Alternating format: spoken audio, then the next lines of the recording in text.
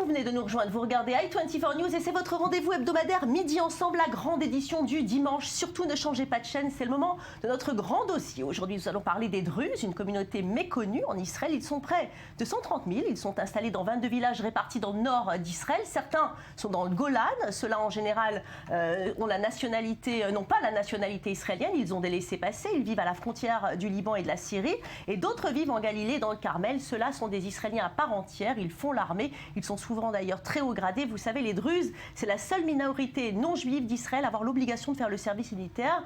Les Druzes ont une spécificité, c'est leur grande loyauté au pays dans lequel ils vivent. Leur religion, c'est une émanation de la philosophie grecque mélangée à l'islam, teintée d'une influence hindouiste. Je vous propose de découvrir donc cette communauté aujourd'hui et j'ai le plaisir de recevoir Marie Semelin. Marie, bonjour. Bonjour. Vous êtes journaliste, vous avez enquêté sur ce dossier. David Shapira, bonjour, vous êtes historien. Bonjour. Et Maurice Ifergan, Bonjour, vous êtes Valérie. rédacteur en chef sur i24 News. Et puis Marianne Bougrain est devant son ordinateur. Elle interviendra tout au long de cette émission en direct. Notre hashtag i24 Midi Ensemble est disponible pour vous, vos questions, vos commentaires, vos témoignages. Tout, absolument tout nous intéresse. Merci à vous d'être là aujourd'hui. Surtout, ne bougez pas de devant votre téléviseur. On est parti.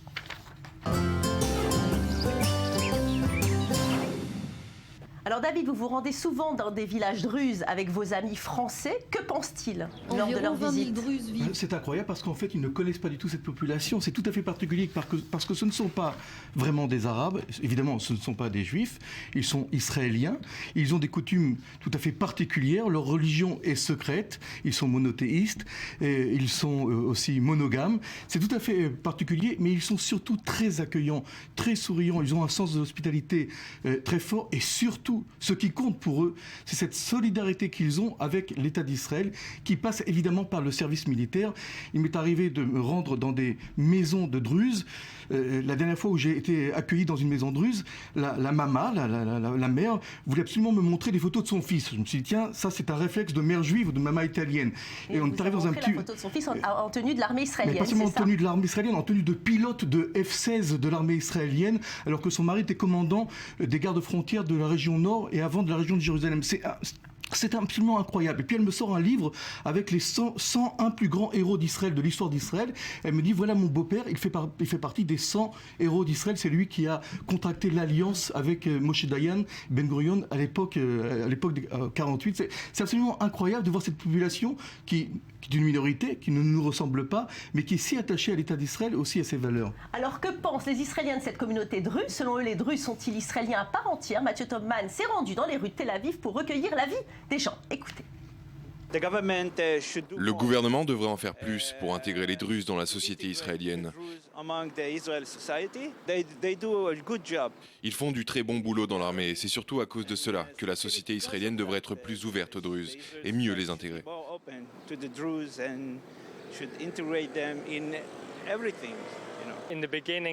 Je viens de Suisse et au début, je ne savais pas vraiment ce qu'étaient les Druzes. Eh bien, après avoir fait 8 mois de classe et d'entraînement intensif, j'ai découvert des gens fidèles et extraordinaires. Et j'ai eu beaucoup de plaisir à être avec eux à l'armée. J'ai beaucoup d'amis druzes et parfois je vais les voir. Je pense que ce sont des personnes incroyables, vraiment. Ce sont vraiment des gens bien. Je sens qu'ils vivent au sein de la société israélienne, ils travaillent avec nous, ils se battent avec nous. Ils sentent qu'ils font partie intégrante d'Israël. En retour, pour tout ce qu'ils font, on les soutient à 100%. Ils sont respectés parce qu'ils contribuent. Contrairement aux Arabes, ils sentent qu'ils doivent contribuer. Ils font partie de la famille parce qu'ils servent dans l'armée. Alors on l'a vu dans le micro-trottoir, hein, les Israéliens sont conscients de la dévotion des Druzes pour Israël, ils sont d'une loyauté exemplaire. Alors il y a ceux du Golan, ceux de Galilée, ceux du Carmel. Quelle est la différence, Maurice Ifergan? Écoutez, en tout cas pour ceux qui sont sur le Golan, la différence est claire. Ils sont syriens et ils ne sont pas du tout israéliens. Ce sont des Druzes syriens, mais ils ont pratiquement la même religion que les Druzes israéliens qui, eux, vivent, vous l'avez dit, dans la région au sud-est de Haïfa et qui, eux, sont israéliens et ont une carte d'identité. C'est la seule différence. C'est une différence de, disons, de rapport à l'État. Sinon, sur le plan des traditions, c'est pratiquement la même chose. Ce sont souvent les mêmes familles, du reste, qui se retrouvent, qui se connaissent. Donc, je dirais dirais pas qu'il y a une différence. Il n'y a pas des Druzes syriens et des Druzes israéliens. Il y a des Druzes et ils ont un rapport à l'État qui est différent en fonction. Ceux du Golan sont à peu près 30 000 et ceux de la région de Haïfa 100 000. Donc, alors justement, certains disent les Druzes sont israéliens pour l'armée et Marie Semelin et arabes pour les droits. Ils remplissent leur mission de citoyens israéliens, mais dans la vie civile, sont-ils malgré tout discriminés ? Alors, je peux pas dire s'ils sont de fait discriminés ou pas, mais cette question soulève une question qui, je pense, est très intéressante, qui est celle de que veut être l'État d'Israël.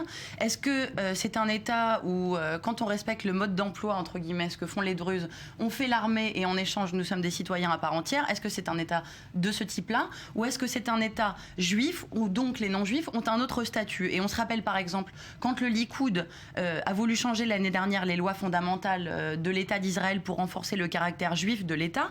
Là, les Druzes, les représentants de la communauté druze, lui ont dit « Non mais attendez, nous, on a respecté les règles que vous nous avez données, on participe pleinement à cette société, alors pourquoi maintenant vous nous en excluez ?» Et là, pareil, formation de la coalition, les représentants de la communauté ont été reçus par Benyamin Netanyahou et ont demandé l'intégration d'un ministre non juif au sein du gouvernement pour s'occuper des minorités.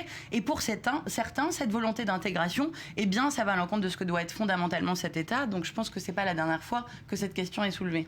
David Shapira, alors même si cette communauté druze accomplit, on va dire, tout ce qu'il faut pour être intégrée en Israël, et là, c'est peut-être une question un petit peu provoque, est-ce qu'il y aura toujours une question sur leur légitimité? Non, pas du tout. D'abord, ils sont israéliens, ils votent, ils ont des représentants à la Knesset. Souvent, d'ailleurs, ils sont surreprésentés par rapport au pourcentage qu'ils représentent véritablement au sein de la population.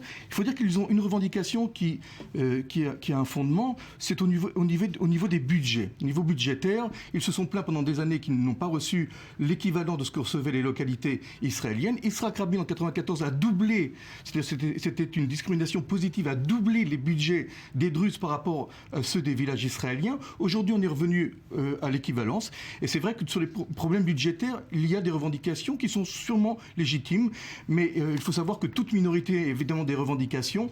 Et il faut aussi souligner le fait, je voudrais un peu compléter ce que dit Marie, que énormément en pourcentage de Druzes votent Avigdor Lieberman. Israël Beitenou est très populaire. Et en fait, quand on demande à ces Druzes pourquoi votent-ils Israël Beitenou, pourquoi votent-ils le Likoud, parce qu'il y a aussi pas mal de députés, dont Ayoub Kara, qui font partie du Likoud, et bien pour eux, justement, cette fidélité à l'État est un fondement en fait de leur culture, je dirais pas de leur folklore, mais être fidèle à l'État où ils habitent, c'est vraiment quelque chose de fondamental chez eux, et ça passe par l'armée. Il faut rappeler juste quand même que c'est eux qui ont demandé à ce que le service militaire soit obligatoire. Ce sont les Druzes qui ont imploré à Ben Gurion en 1954, rendez ce service obligatoire, parce que pour nous, ce serait une rupture d'alliance. Je vous propose tout de suite de regarder quelques chiffres. Un peu plus de 10 000 arabophones sont dans l'armée, la police, les services pénitentiaires, dont presque 7 000 Druzes. Et puis, quelques chiffres encore, seulement 10% des Druzes échappent à l'armée pour 30% des Israéliens.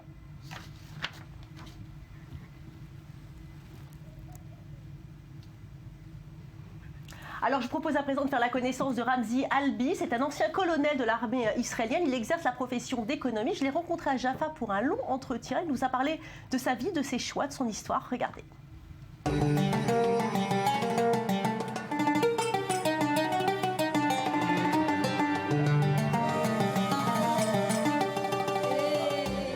Bonjour Ramzi, merci de me recevoir et d'avoir accepté cette interview pour Midi Ensemble. J'aimerais en savoir plus sur les Druzes qui vivent en Israël. Si je ne me trompe pas, il y a 3 communautés de Druzes qui vivent ici, n'est-ce pas? Oui. Tout d'abord, l'origine de la religion druze se trouve en Égypte. Mais désormais, il n'y a plus de Druzes là-bas.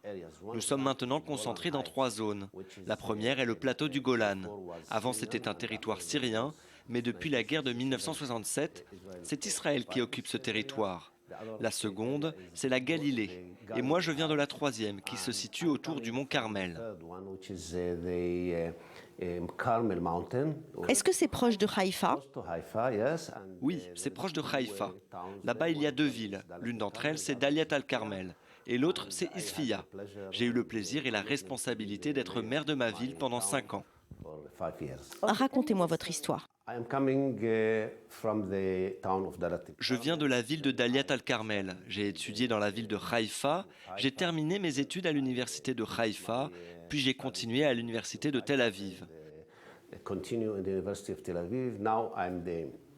Maintenant, j'ai un doctorat dans le domaine des relations entre juifs et arabes dans ce pays, et spécialement dans le domaine économique. Je suis maintenant colonel retraité des forces armées. J'ai servi pendant 20 ans dans l'armée israélienne. Et racontez-moi votre vie en tant que soldat. Pensez-vous qu'en tant que Druze, il a fallu en faire plus que les autres? Je pense que si je vis dans ce pays, cela veut dire que j'appartiens à ce pays et je me sens comme un habitant israélien. Je pense donc que je dois servir mon pays et ça a toujours été clair pour moi. Aujourd'hui, mon fils est officier dans l'armée. Nous avons une part importante dans la société israélienne. Je pense que nous devons montrer notre respect à ce pays en effectuant notre devoir pour pouvoir bénéficier des droits de ce pays. Tous les Druzes ont foi et sont fidèles envers ce pays. Est-ce que c'est vrai ça? Parce que j'en ai entendu parler. Mais d'où vient cette fidélité à ce pays? Est-ce que ça vient de la religion? Je pense que cela vient de deux principales caractéristiques de la communauté druze. L'une d'entre elles est que les territoires des Druzes sont implantés dans des montagnes, en hauteur, ce qui a permis de rester très soudés. Les Druzes appartiennent à une petite communauté issue du Moyen-Orient. Et l'autre point vient du fait que la religion des Druzes est très secrète, même pour moi, parce que je ne suis pas un homme religieux. Que voulez-vous dire quand vous parlez de secret? Les Druzes ont été persécutés durant longtemps par le groupe dominant, c'est-à-dire les musulmans. La foi des Druzes est venue après l'islam et les Druzes n'ont pas été acceptés par le courant orthodoxe de l'islam.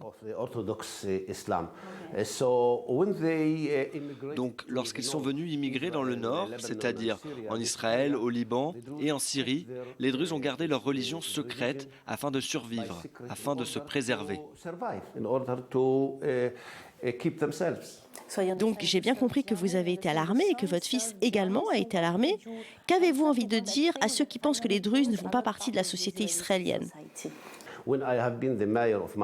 Lorsque j'étais maire, j'ai dû me battre perpétuellement pour les budgets, pour les droits et pour le développement de ma communauté. Et ça a été problématique de devoir se battre, de se plaindre pour avoir les mêmes droits que les citoyens juifs israéliens. Nous ne sommes pas égaux pour l'instant dans l'esprit collectif israélien. Est-ce que vous pensez que les gens savent ce que c'est que les Druzes? Il m'est arrivé de rencontrer des élèves, des soldats ou encore des gens de la société israélienne et au fur et à mesure, je me suis rendu compte qu'ils n'avaient pas assez de connaissances concernant la communauté druze. Nous sommes partenaires dans ce pays, nous vivons ensemble, nous servons ensemble et nous nous battons côte à côte pour la sécurité de l'État d'Israël, pour le développement de cet État. Nous faisons partie de la société israélienne. J'ai entendu dire que certains Druzes ne veulent pas faire l'armée. Sont-ils considérés comme des Arabes en Israël? Certains d'entre eux sont contre l'idée de faire le service militaire israélien pour deux raisons distinctes. La première est que l'État s'est approprié certaines de nos terres et la deuxième est que les Druzes veulent conserver le lien avec la culture arabe.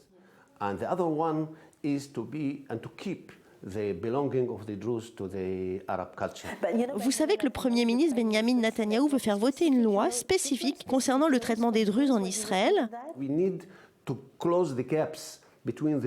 Nous avons besoin de mettre fin à ces inégalités entre la population des Druzes et les Juifs, parce que souvent les Arabes nous disent « Attendez, vous servez l'armée israélienne et votre situation n'est pas meilleure que la nôtre. Alors pourquoi continuez-vous à être si fidèles à l'État d'Israël ?»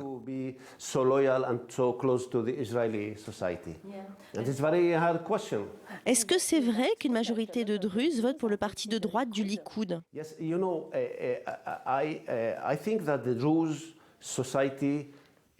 Vous savez, je pense que les Druzes ont voté comme les autres Israéliens. 95% des Druzes ont voté pour des partis sionistes, parce que nous sommes vraiment intégrés dans la société israélienne. Nous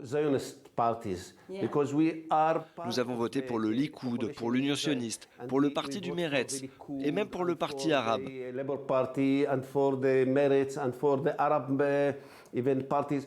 La communauté druze est très diverse, mais la plupart d'entre eux ont voté pour un parti sioniste.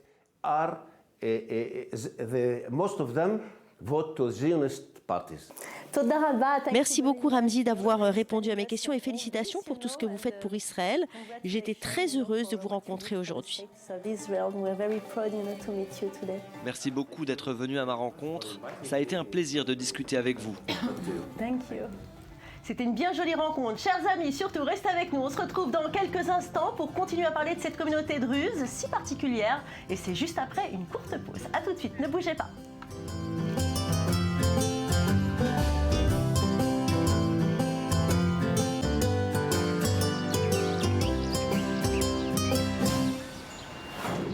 Et de retour sur le plateau de Midi Ensemble. Si vous nous rejoignez aujourd'hui, le grand dossier de la semaine, c'est la place de la communauté druze. Ils sont arabophones, ils pratiquent une religion secrète dérivée de l'islam et ils ont une spécificité, c'est leur fidélité au pays dans lequel ils vivent. De très nombreux druzes sont en Israël et ils font l'armée. Ils considèrent que c'est leur devoir de participer à l'effort national. On va revenir un peu sur l'actualité de ces derniers mois où des agressions très violentes ont eu lieu contre des druzes. On se rappelle notamment de l'agression de Tommy Hassoun, un jeune homme de 21 ans étudiant en musique. Il venait de terminer son service militaire dans l'armée israélienne, évidemment. Il avait été passé à tabac en janvier dernier à Jérusalem par des juifs extrémistes alors qu'il sortait de son travail. En effet, ils s'en sont pris à lui après l'avoir entendu parler en arabe. Alors cette agression a beaucoup choqué l'opinion en Israël et le président Reuven Rivlin a rendu visite à Tommy Hassoun. Le président d'Israël s'est beaucoup impliqué pour faire avancer les choses en termes de racistes et surtout pour accélérer l'intégration des minorités dans la société israélienne. Vous ne pensez que ça ne va pas suffisamment vite cette intégration, Maurice Fergan ? Non, elle va pas. Du point de vue des Druzes, elle ne va pas suffisamment rapidement. Mais je voudrais vous donner trois exemples qui vont vous montrer la complexité de la situation. En décembre dernier, un policier israélien druze a reçu la plus haute distinction de la police à titre posthume pour avoir défendu par son corps la synagogue d'Arnof qui était attaquée par des terroristes. Arnof à Jérusalem.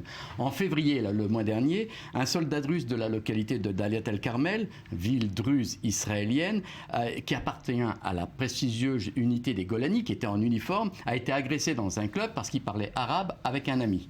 Et enfin, ce week-end, un des plus anciens prisonniers de sécurité druze, 27 ans de détention, il a été libéré il y a à peine 2 ans, a été de nouveau arrêté, il était au Majalsens, pour espionnage au profit de la Syrie. Vous voyez que c'est très compliqué, ce n'est pas une situation où l'identité des druzes est reconnue et acceptée, il y a toujours cette limite entre arabes druzes et arabes israéliens et israéliens juifs, c'est pas encore tout à fait, les choses sont pas claires encore aujourd'hui. Alors justement, Mathieu Thomas est descendu dans les rues de Tel Aviv pour demander à ses habitants ce qu'ils pensaient de ces agressions. Regardez. Vous savez, il y a des gens, je ne sais pas pourquoi, ils ont peur. Ils ont du ressentiment et ils traitent les autres comme ça. 99% des Juifs veulent la paix, ils veulent un environnement pacifique. Regardez autour de vous, malgré la différence de culture.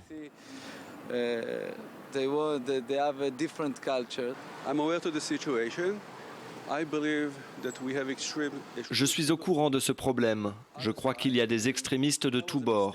C'était une erreur, une grave erreur. J'ai du mépris pour ces gens, pour ce qu'ils ont fait à ces 2 druzes israéliens. Mais nous devons faire de notre mieux pour qu'une situation comme celle-ci ne se reproduise plus jamais.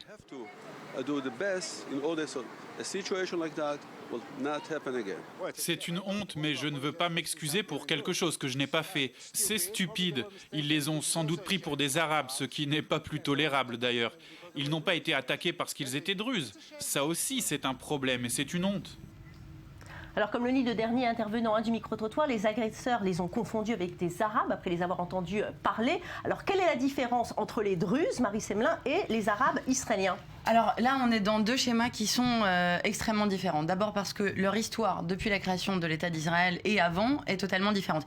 Les Arabes d'Israël, qui sont musulmans, qui sont chrétiens, ont vécu la création de l'État comme une dépossession de leurs terres, de leur héritage, de leur culture. Alors que les Druzes, on l'a entendu à différentes reprises, c'est une communauté religieuse dont la priorité numéro 1, c'est d'assurer sa survie et son existence. Donc quand quelqu'un arrive, on attend de voir si on peut faire un deal avec lui et si on va bien s'en sortir. Alors il ne faut pas croire que c'est une position position qui a toujours été uniformément partagée au sein de la communauté, parce qu'avant 1948 et pendant l'établissement du mouvement sioniste, il y avait de grosses dissensions au sein de la communauté druze pour savoir quelle position adopter, fallait-il soutenir Israël ou non. Et c'est la position de soutien qu'il a emportée, non pas pour des raisons évidemment idéologiques, mais pour des raisons stratégiques. Alors que pour l'immense majorité des Arabes d'Israël, eh bien, accepter ce schéma, faire l'armée, pour eux, ce serait embrasser un système de valeurs dans lequel ils ne se reconnaissent pas du tout, et ce serait combattre des gens avec qui ils partagent une culture et un héritage, qui sont à Ramallah, à Naplouse, à Gaza. David Shapira, une réaction ?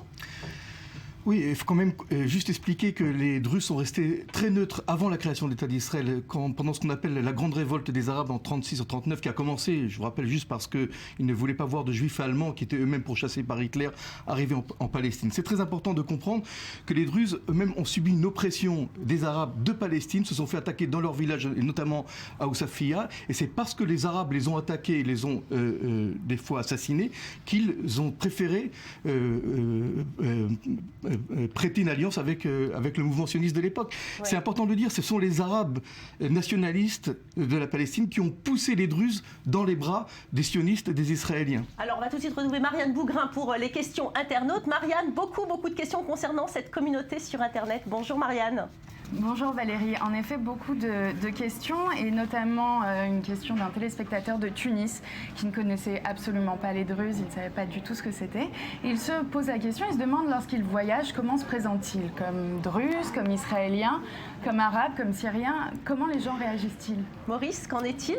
Écoutez, pour un Druze israélien, la question se résout simplement. Il voyage avec son passeport israélien. Maintenant, pour un Druze syrien du plateau du Golan, c'est bien plus compliqué parce qu'il ne peut pas circuler librement. Il a des laissez-passer pour pouvoir voyager. Donc, d'un point de vue, encore une fois, c'est d'un point de vue du rapport à l'État que les choses se définissent. Alors, une autre question peut-être, Marianne.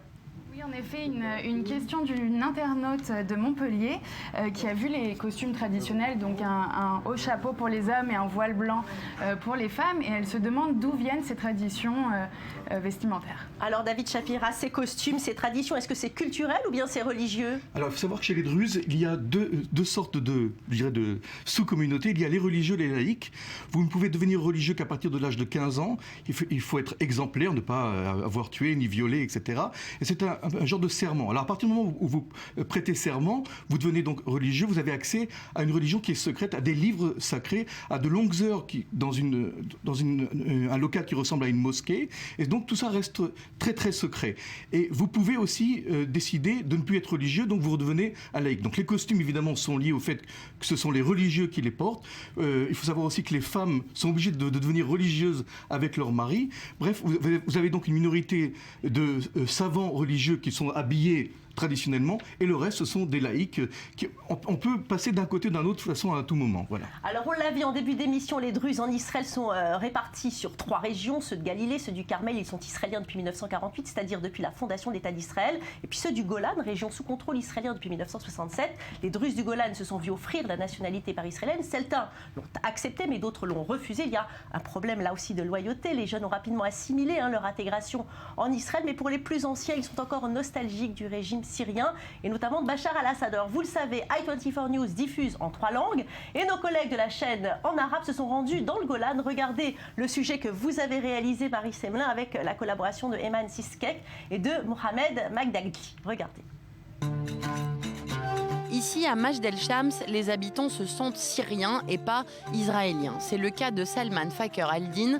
Pour lui, dur d'oublier la prise du plateau par Israël à la Syrie en 1967. Nous vivons entre les mines dans le Golan. Si vous vous promenez ici, vous serez marqué par la beauté de la nature. Mais la terre est couverte de mines et l'histoire est pleine de tristesse, celle des 500 000 Syriens qui ont dû fuir leur maison du Golan en 1967.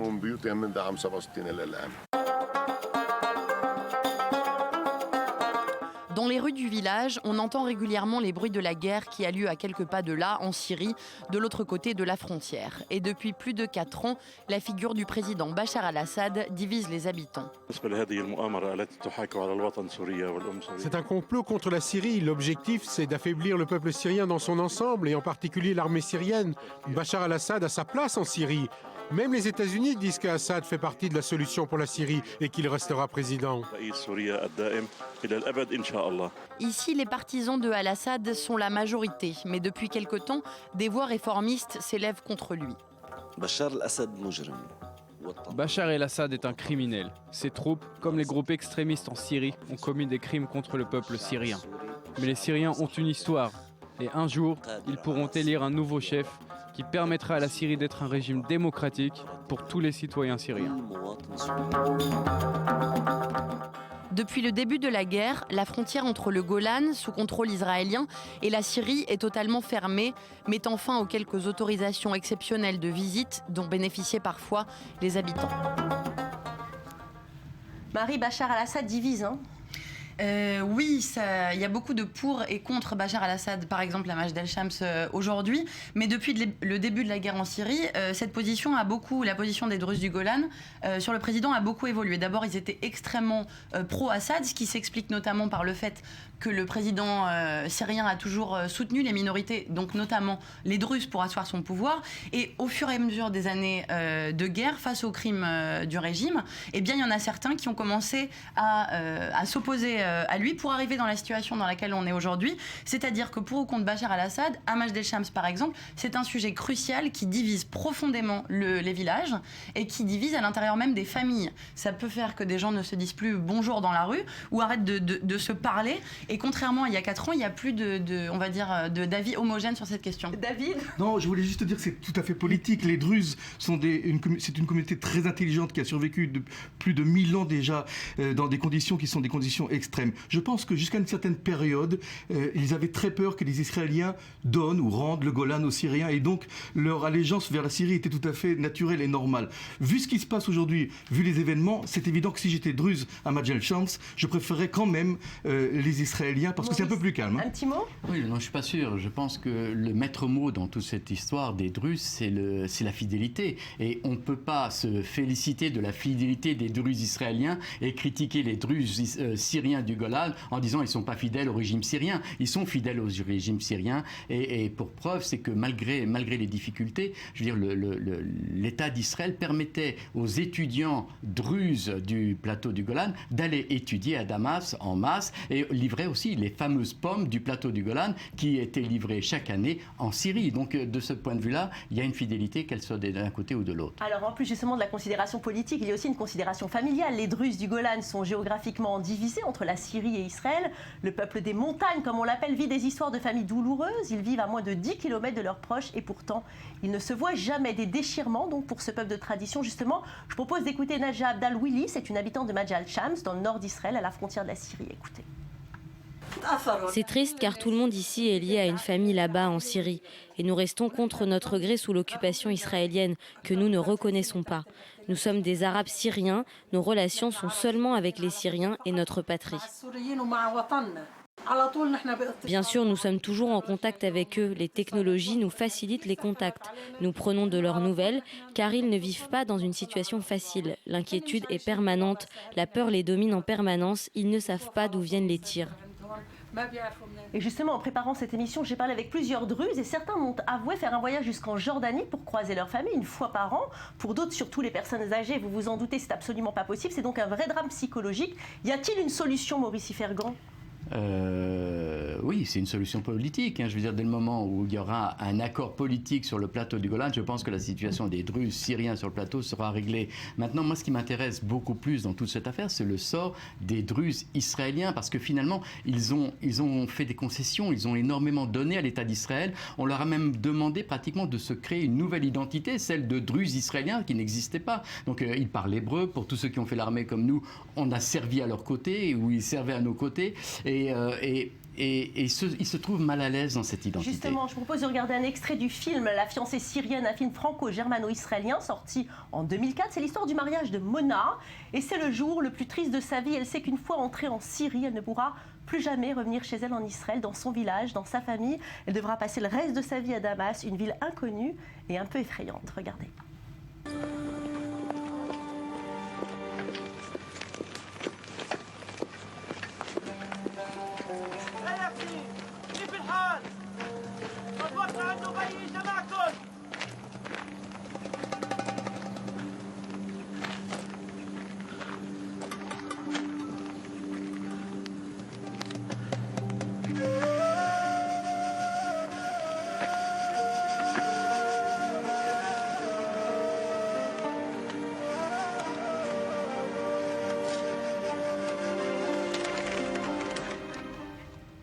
C'est triste à Marie Semla et pourtant c'est tellement triste de la réalité.